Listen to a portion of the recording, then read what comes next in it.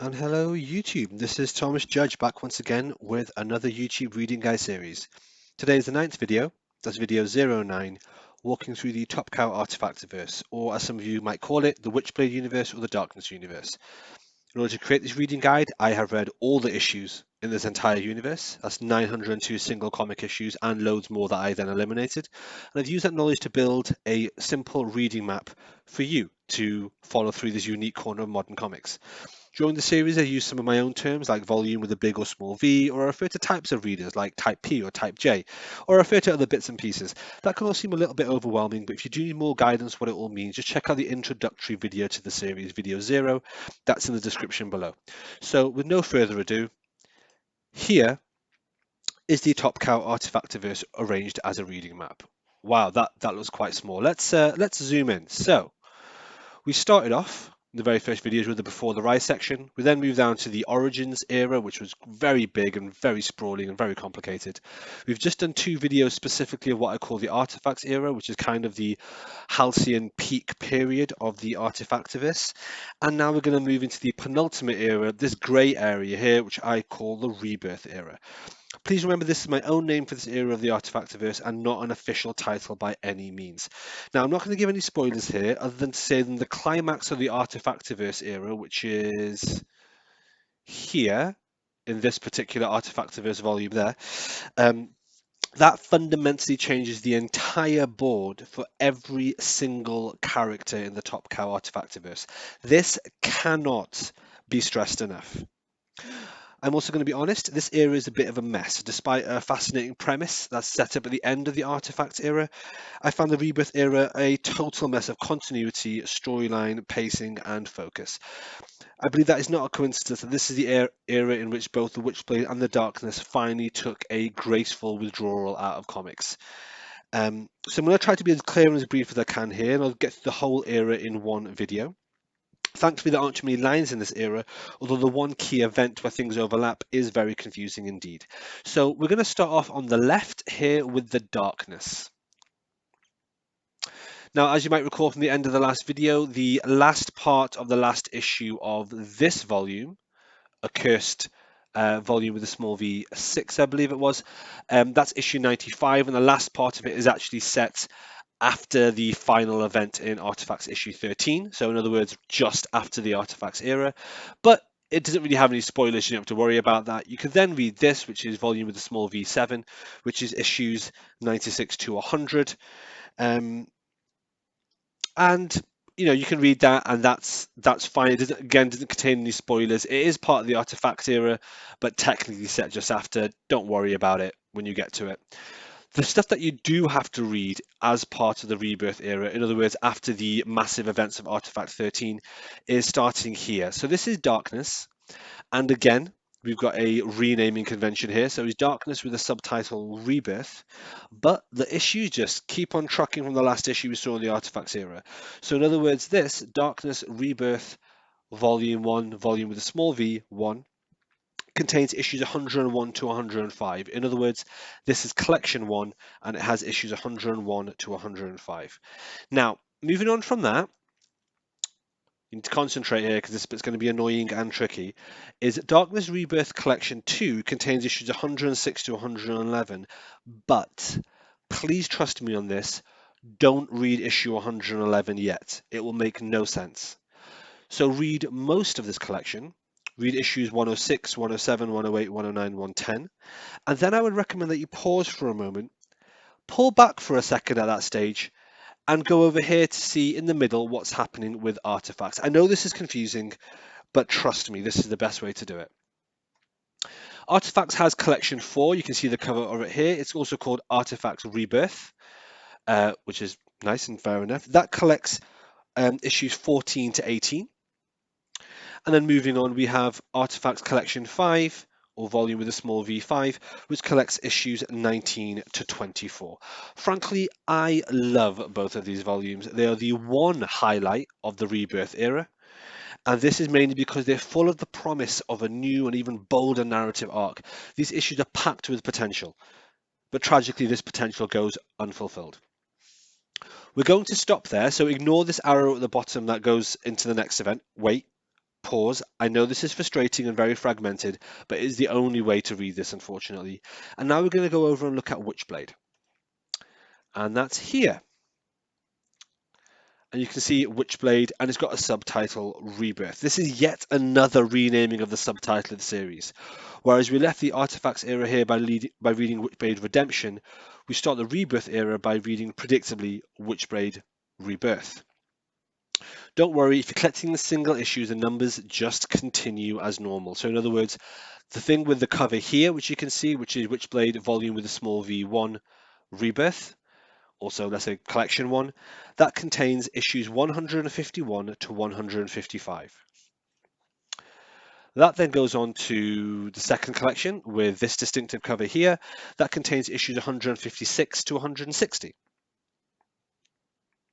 That then continues to this issue with this distinctive kind of cool negative space cover, which is collection 3. This includes a one-shot called Due Process, which is the beginning of this collection, and then it has issues 161 to 165. However, do not read issues 164 or 165 of this yet. I know this is a total pain, and the reason for this being a pain is because of the only event that is in this era. The only real event in this era is here. It's called Progeny. And whilst it's pretty straightforward to read in single issues, it's collected as an utter mess. The Progeny event contains Artifacts issue 25. Here's the cover of it. Also Witchblade issue 164, which we just saw in Rebirth Collection 3. Here's the cover of it. Also, it has Darkness issue 111, which was the issue of Darkness Rebirth Collection 2. Here's the cover of it. And again, I told you not to read that. And then it finishes in Artifacts issue 26. Here's the cover of that. The important thing to be aware of is that these issues make no sense at all if read by themselves, meaning that the second collection of Darkness Rebirth and the third collection of Witchblade Rebirth make no sense without the tie-ins that are not included in those trade paperbacks. This is a collecting nightmare.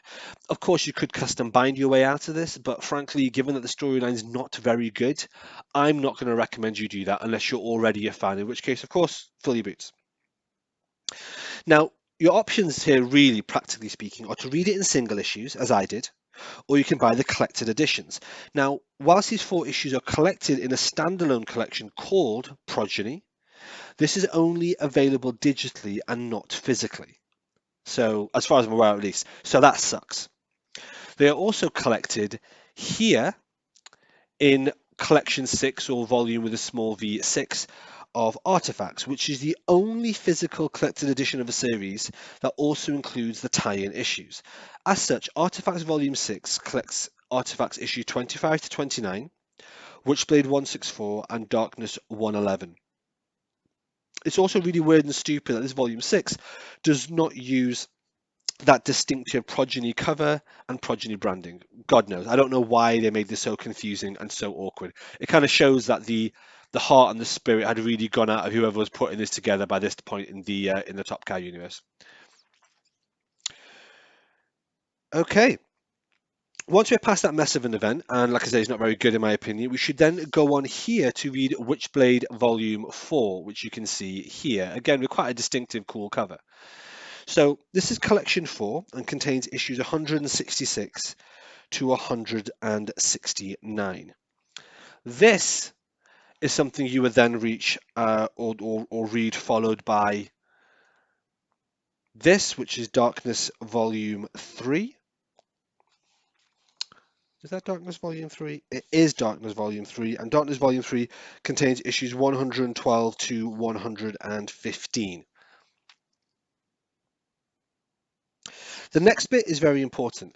The final issue of that, the final issue of... Hang on, where are we now? Yeah, the final issue of this, which is the cliffhanger issue,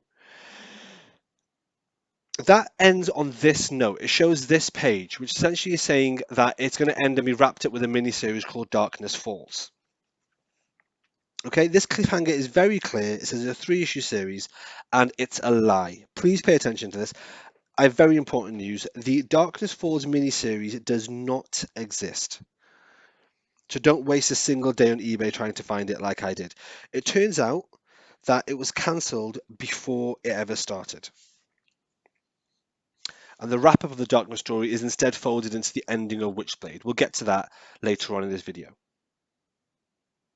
Before we do, one last thing to say before we go into Witchblade is just about artifacts. So with artifacts, it's worth keeping in mind that after the volume that contains progeny, the artifact series then continues for another 10 issues that are uncollected. That's 10 issues from issue 30 to issue 40.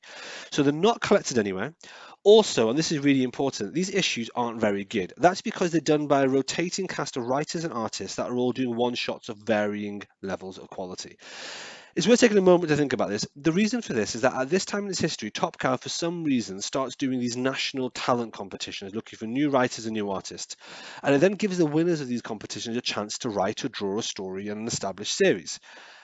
What this means is that the issues from 33 onwards, which is when Ron Mars leaves the series, feel like glorified fan fiction, which is a shame.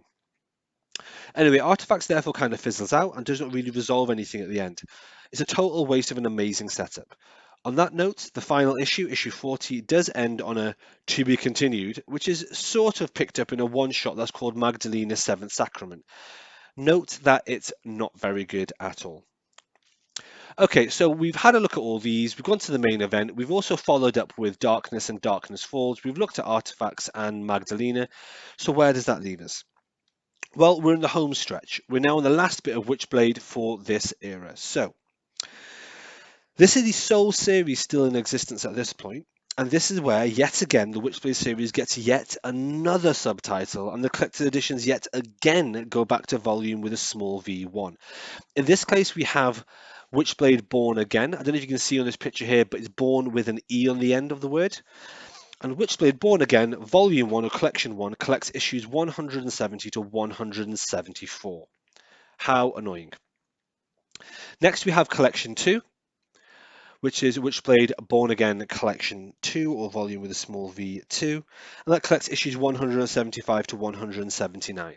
Finally, we have this quite sort of sweet and artistic cover for Witchblade Born Again Volume 3, which is issues 180 to 185. Now, issues 180 to 181 here are actually the two issues which have to pick up the slack from our missing and mysterious Darkness Falls miniseries, bringing the darkness to a close. So this is where you'll get the closure in terms of what you thought you were going to get at the end of the Darkness series after Collection 3 of Darkness Rebirth. Unfortunately, this mess of a mini-event is rather poor. Anyway, back to the map here. Issue 185 is the last ever issue of Witchblade, so mainstream Sarah Pazzini Witchblade at least, and is actually a sweet, well-written and poignant ending for a series that had sadly lost its way. Before we end, I do have to highlight one last thing on the map. So we've covered all this stuff here, but eagle-eyed amongst you will notice there's stuff over here. This is the Cyberforce Rebirth series from 2012. So here are the covers. Volume 1 collects issues 1 to 5. There you are. And following that, Volume 2, or Collection 2, collects issues 6 to 11. Now, this next bit's important and very weird, so listen closely. In 2018, right after the 2018 Cyberforce series that we're going to discuss in the next video ends, Top Cow randomly, bafflingly decides to continue this series. I know that sounds confusing, so bear with me. Next video we're going to talk about a new Cyberforce series, but after that finishes, Top Cow come back and release this as part of this series. Utterly random. This is volume 3, and that also continues to volume 4. Utterly random. You'll notice I've got them down as uncollected issues. That's not necessarily true. I guess what I mean by that is that they're only available digitally. I haven't been able to find them as physical editions, so I don't think they're released that way. It's also worth noting that you might hear about a one-shot called Cyberforce Artifacts, which obviously feels like it ties into the Artifactiverse era, and it does, but that's collected in the third collection, which I'm showing you here on the screen now. So don't worry about picking that up as a one-shot. It's part of this third collection. Now, you don't have to wait until you read the next era or follow the next things in the next video before you read these. You can read Volume 1, Volume 2, Volume 3, and Volume 4, all of them volume with a small v, and you can read all those back to back, even though there is a 6-year gap between the one you see at the top here and the one you see at the bottom here in terms of when it was published. I don't know about you, but I thought this was a really, really confusing thing for them to do. What makes it worse is that in this series, if you're looking for it, Cyberforce is 2 separate words. So cyber, force, rather than the combined one word of Cyberforce used for all the previous series. This causes a bunch of issues if you're trying to find this stuff on Comixology. All right, that was the Cyberforce thing, which is part of this era, and that should hopefully start becoming quite clear as you're reading this. That leaves us with the final thing, one-shots. There are actually some one-shots in this era, and the first one is the 13th artifact, with this kind of cool, funky cover. Whilst this is a product of a Top Cow talent contest, which generally I just don't respect, it's actually really good and worth reading. I would say it fits in better as a read after reading the rest of the Rebirth era, and maybe even after reading the final era I'm going to cover in my next video, as it's a little bit out of continuity. However, I have got a soft spot for it. I think it's well worth reading here as part of this overarching era. The only other Darkness one-shot I would tell about this era is Darkness Hope, which you can see on the screen here. Again, I wrestle whether this is meant to go here or if it's actually out of continuity, but ultimately it stars Jackie Estacado as the Darkness, so what the hell. And that, ladies and gentlemen, takes us to the end of the entire Rebirth era, as we're looking at the map here. That was one video for the whole era. Next time round, we're going to be discussing this, what I call After the Fall. As always, this map is available on my website for you to download free of charge. If you want to download it or print it out to follow along, please do so. It covers 902 issues. As always, please like, comment, subscribe. As always, you can follow me on Twitter, where I tend to post a one-tweet daily review of whatever I read. Given I read on average around half a dozen issues a day, it's a good way to see what I'm up to and to follow along if you like. If you want to support the channel, please do. Head over to Amazon and pick up the first volume of my prose superhero novel, No Gods or Kings. It will cost you less than $1 or less than £1. It's also free on Kindle Unlimited, and it means a huge amount if you can leave a review of that as well. If you want to read a free excerpt, the first chapter of the first book is available on the same website as this reading map, which is nogodsorkings.com. Link is in the description below. Until next time, guys, stay classy.